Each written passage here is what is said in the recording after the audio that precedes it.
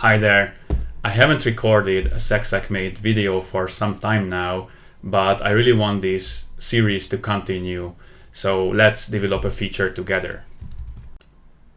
What we're going to make in this screencast is the ability to autoplay a game.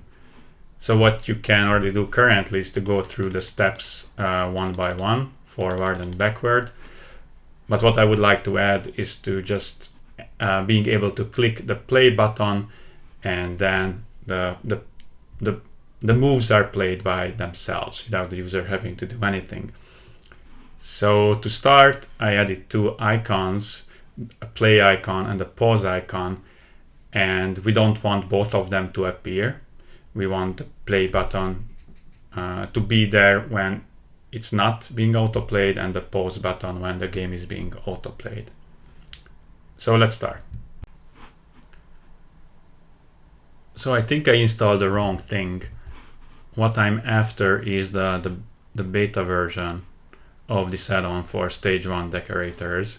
So instead of installing the latest, let me install the beta one. So Ember install beta and remove it from here, so it can be added, although that would work without me deleting the line. So hopefully that will work. And let's get back to doing something in the meantime. So what I'm sure about is that, yeah, this has worked.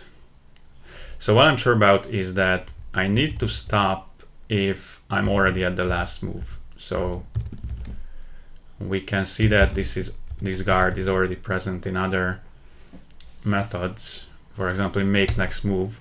So if I'm already at the very last move, then let's just return.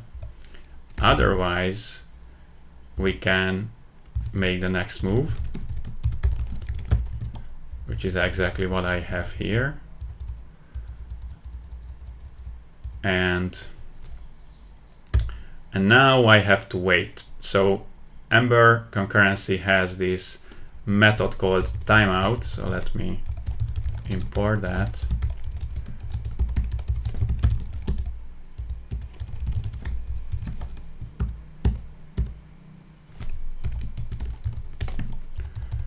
So here I can say yield timeout, let's say half a second. So let's wait half a second and then call this again, right? So that's the main thing. You have to call this again so that we actually autoplay the whole game. We make the next move and the next move until we are at the last one. And there is a linting error because we use yield, but this is not a decorator function. It should be a decorator function, and that's the way you do this in ES6 classes. Let me just double check because I have it, yeah, right here. So that should work. So now I have this task which seems right. Let's just call it from the template. So here we have the pause button and, well, first the play button and then the pause button. So let's do it here. Let's say on click. Since you have a task, we need to call perform this game play dot autoplay.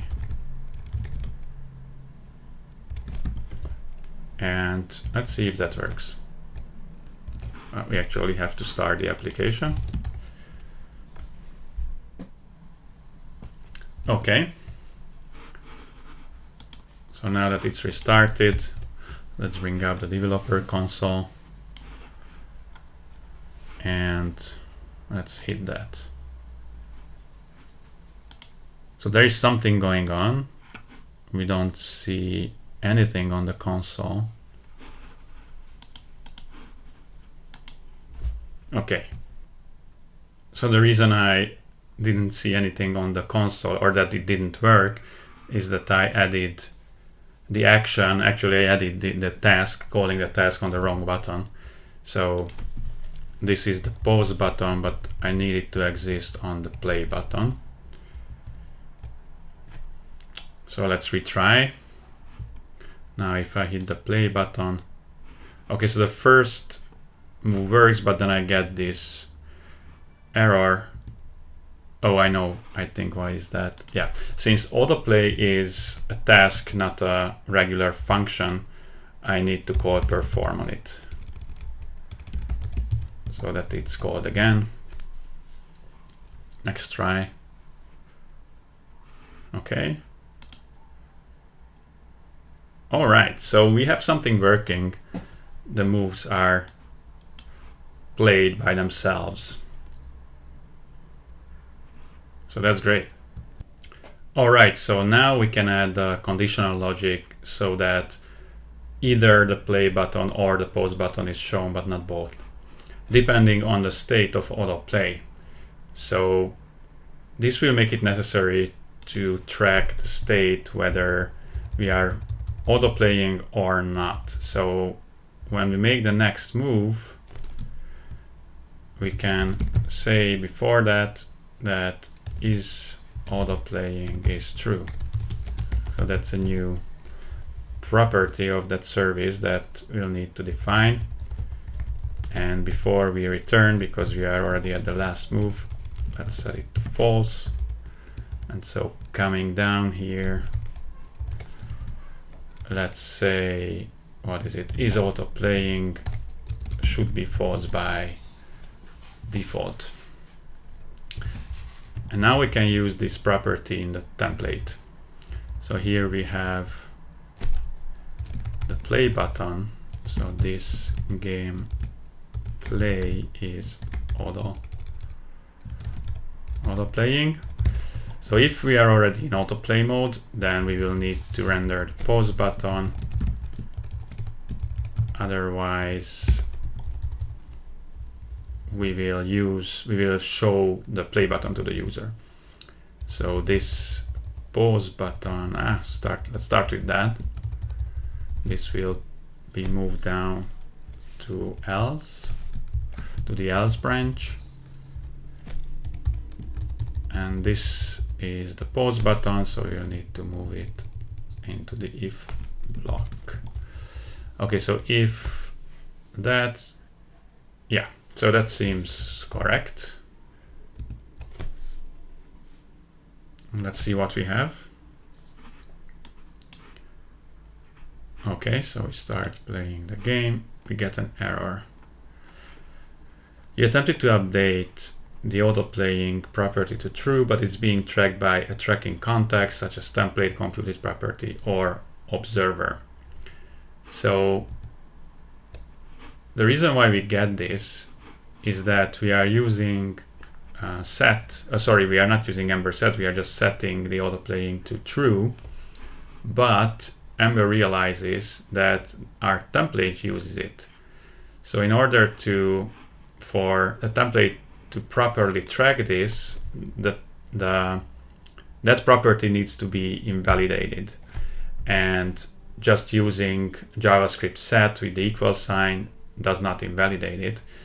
So as the error message said, we either need to use Ember set, or we can make this a tracked property, which is exactly what we want, since we need to update the UI, the template, when that property changes. So let's see if that fixes that error message. Okay, it does fix the error message, and it also fixes our UI. Now the pause button is shown as it should be. So now that this also works, let's add the functionality to our pause button. So we will need to define another action or task to cancel autoplay when we hit pause.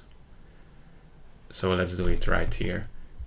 Since it doesn't need to have any async functionality, it can be just pretty simple. I'm just going to use an action here, which I will call stop autoplay. And what this needs to do is it needs to set is autoplaying to false, and it needs to cancel the task. It needs to stop autoplaying since those are still being scheduled, those tasks. So in Ember concurrency, you have a cancel all method on task classes. So I just grab this autoplay, which is a task class, and I say cancel all. Now I need to wire in that new action to the button, to the pause button. So instead of performing, I can just call this like that. And instead of autoplay, I call stop autoplay. What did I call it? Yeah. Stop autoplay should be correct. Now let's see. Let's start autoplay and let's stop autoplay and start it again and stop it again. Here comes the queen sacrifice and I stopped it again. Wow, great. So as a next task, let's just disable the play button when it's at the last move. So in order to do that, we can, I think we already have an example of that. We should have, yeah, right there, because we don't want the next move button to be active when we are already at the last move. So we can just use that for the autoplay.